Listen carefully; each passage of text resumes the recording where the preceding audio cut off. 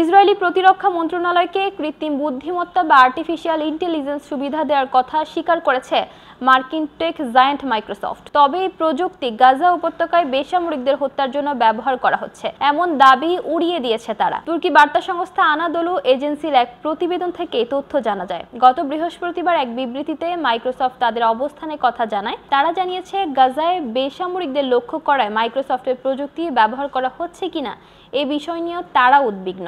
অনেকদিন ধরে বিষয়টি নিয়ে চাপে ছিল মাইক্রোসফট। মানবাধিকার সংগঠনগুলো ছাড়াও মাইক্রোসফটের কর্মীরাও কোম্পানির কাছে স্বচ্ছতার দাবি জানিয়েছে। বিবৃতিতে মাইক্রোসফট জানায়, আমরা এই দাবিকে গুরুত্বের সহকারে দেখছি।